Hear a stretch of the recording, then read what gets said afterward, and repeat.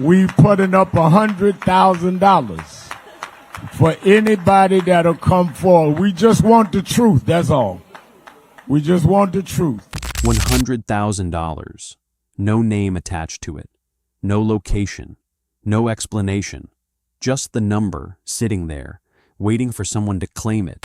Somewhere, right now, at least one person knows exactly what that number is for. They know what happened. They know enough to end this. And as of today, they still haven't said a word. This video covers an active, ongoing case. Some details may be difficult to hear. The number came from a funeral, Center Point Church, Ocean Springs, Mississippi. Pews full.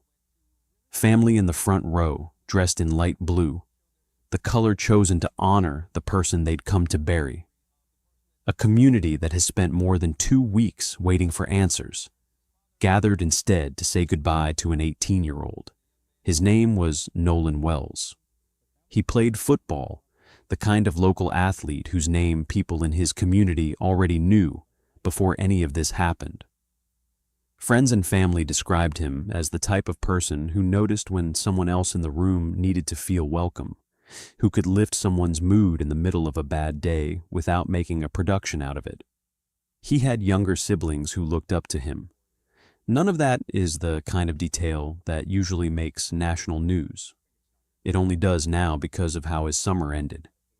He went to Horn Island on the 4th of July, the way people do every summer down there. A boat, a group of friends, a day out on the water to celebrate the holiday. It's a place people go to relax, not a place anyone expects to become the center of a national story. By the time the sun went down, the boat had come back to shore. Nolan hadn't.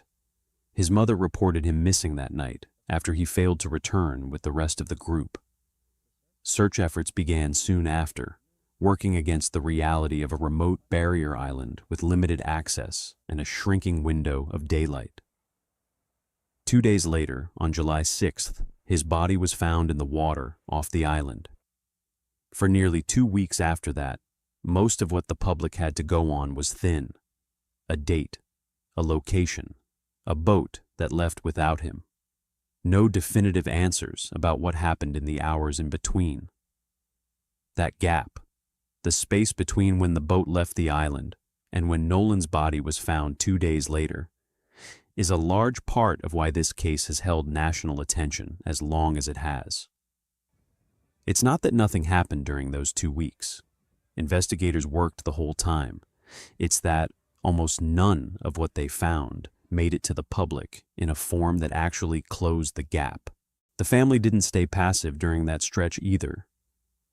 They brought in civil rights attorney Ben Crump, a name that tends to attach itself to cases where families feel like they need outside pressure to keep an investigation moving at the pace it deserves. Crump has pushed publicly for access to Nolan's phone, working alongside the local prosecutor's office rather than against it, in an effort to get ahead of anything that might otherwise sit unresolved for months. The family has said they want everything, every witness, every piece of evidence, in front of a grand jury when the time comes, not a partial picture. Then came the funeral, and in the middle of the eulogy, the reward was announced from the pulpit, $50,000 first.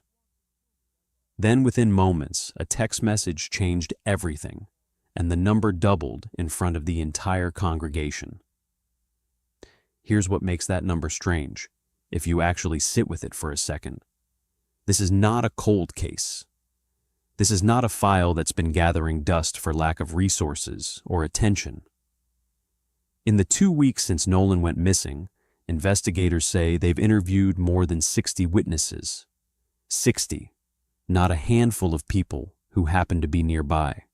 60 separate accounts gathered and cross-checked. The 3 friends who were with him on the boat that day have been questioned in depth more than once, and according to the sheriff's office, they've cooperated with investigators throughout. On top of that, the FBI has stepped in, not to take the case away from local investigators, but to assist with something specific, examining the digital evidence that's already been collected. That means phones, messages, anything investigators believe might hold a piece of what actually happened on that island. Federal involvement isn't unusual here, since Horn Island itself sits on federal land, and local law enforcement in that area works with federal agencies fairly regularly. Still, it's one more layer of resources pointed at this case, on top of everything else. 60+ witnesses, federal assistance, 2 weeks of sustained work by trained investigators. And still, at the funeral, the answer was to put a price on the truth. That's the gap this whole case sits inside. A reward is usually what you offer when the normal tools have already failed, when nobody with a badge and a subpoena has been able to move the needle any further. Here, the tools were used. The interviews happened. The federal resources were real.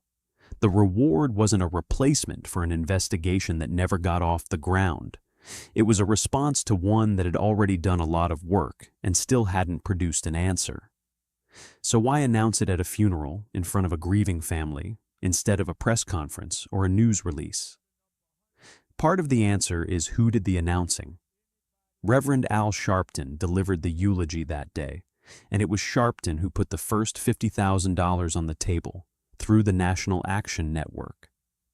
He didn't wait for a photo opportunity to say it. He said it standing near the casket, in the middle of remembering who Nolan was, in front of the people who loved him most. Moments later, filmmaker and producer Tyler Perry, who had already quietly covered the cost of the funeral itself, added a matching $50,000. He wasn't even in the room.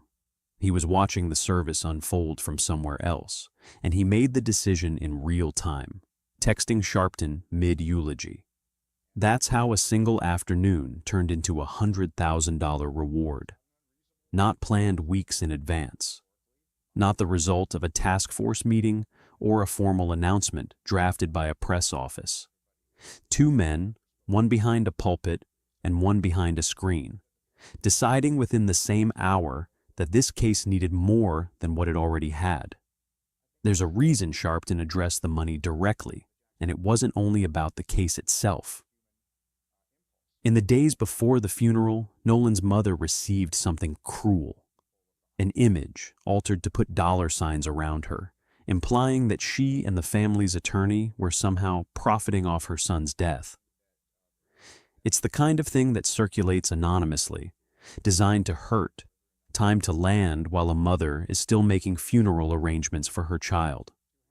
It's ugly by any measure, and it apparently weighed on the people closest to this case in the days leading up to the service. Sharpton brought it up himself from the pulpit. He said, plainly, that he hadn't come to make money. He'd come to give it. It's a small detail in the middle of a much larger story, but it explains something about the tone of that afternoon. The reward wasn't just an incentive for information. It also functioned as a direct answer to an accusation nobody had actually asked him to answer, delivered in the same breath as the offer itself. Now, here's what the $100,000 still hasn't touched, even after everything.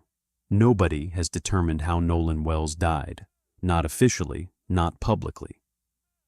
2 separate autopsies have been performed, one through official channels, and a second independent one, funded at the family's request by former NFL quarterback Colin Kaepernick. 2 autopsies, 2 weeks, and the public still doesn't have a confirmed cause of death from either one. No suspects have been named. No charges have been filed against anyone. The 3 friends who were on the boat with him have cooperated, according to investigators. But cooperation isn't the same thing as resolution, and it isn't the same thing as an answer. Eventually, once the sheriff's department considers its investigation complete, the findings will go in front of a grand jury. That's the process moving forward. But no date has been set for that.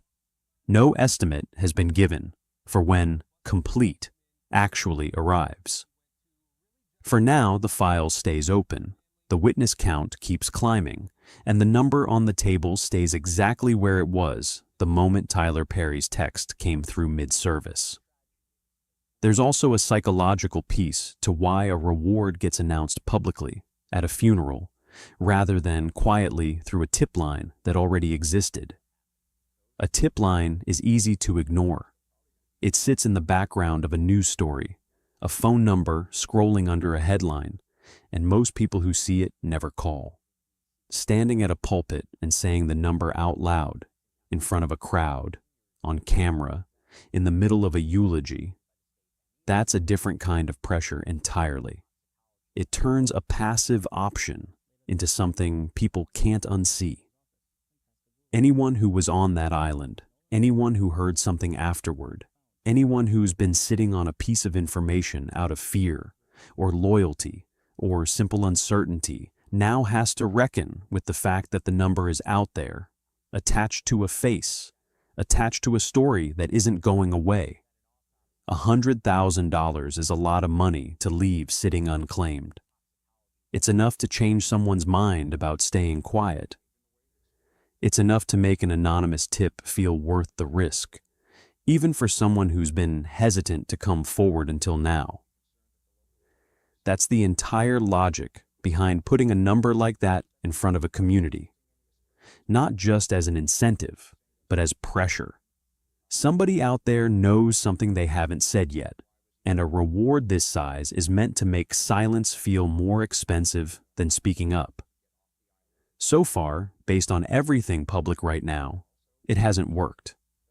Not yet, at least. It's worth understanding why rewards like this exist in the first place.